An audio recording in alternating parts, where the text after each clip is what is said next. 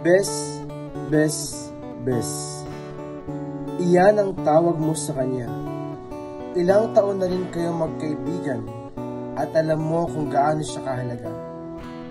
Nakita ko kung paano mo siya pinahalagahan dahil nga kaibigan mo siya. Naalala ko pa ang mga sandaling na surprise siya sa dalamang milk tea na binili mo sa Big Brew. Kahit maulan, lumakad ka at bumili sa Big Brew doon sa may kanto. Pag-abot mo ng baso ng milk tea, tuwang-tuwa siya at biglang napayakap sa'yo. Sabay ang sabi, "Bes, salamat dito sa dala mo." At nang hapon na iyon, nakita ko ang pagmamahal mo. Alam namin at ng lahat ng tao na nakakakita sa inyo ang tunay na nilalaman ng puso mo. Alam namin, alam ko, na mahigit pa sa nararamdaman mo. Kahit hindi mo aminin ay aking nahalata sa bawat pagkilos mo. Hindi ko alam kung ilang beses ka nang nahulog sa kanya. Alam kong hindi lang sa pagkakataong ito. Sa tagal na ninyong magkaibigan, dito, nakasisiguro ako. Masasabi kong may mas malalim pang pagtingin sa bawat sulyap mo sa kaibigan mo.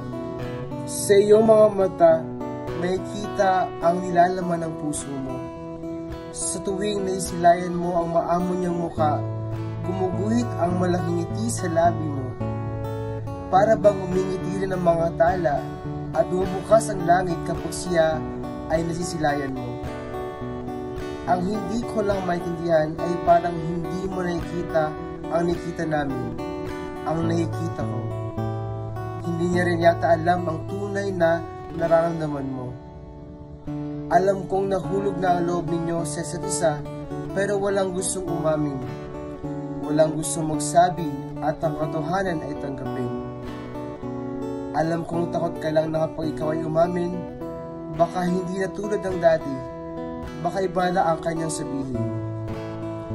Alam kong ayaw mo lang mawala ang pagsasamahan ninyo na pinaghirapan ninyong buuin. Subalit, hindi naman din masama kung isang araw ikaw ay umamin. Hindi rin masamang magpakatotoo sa sarili at sa kanya ay sabihin. Baka hinihintay ka lang niya magsabi dahil mas matibay ang iyong damdamin. Alam kong ramdam din niya ang pagmamahal mo at matagal na niya ito napansin. Baka malay mo, ang nararamdaman niya ay ganyan din. Baka malay mo, handa ka din niyang tanggapin at pakamahalin. Baka malay mo, maging kasintahan mo na ang tinatawag mong best friend. Bes, bes, bes. Iyan ang tawag mo sa kanya. Baka sa bandang huli, baby na ang tawag mo sa kanya sa tuwi-tuwi na.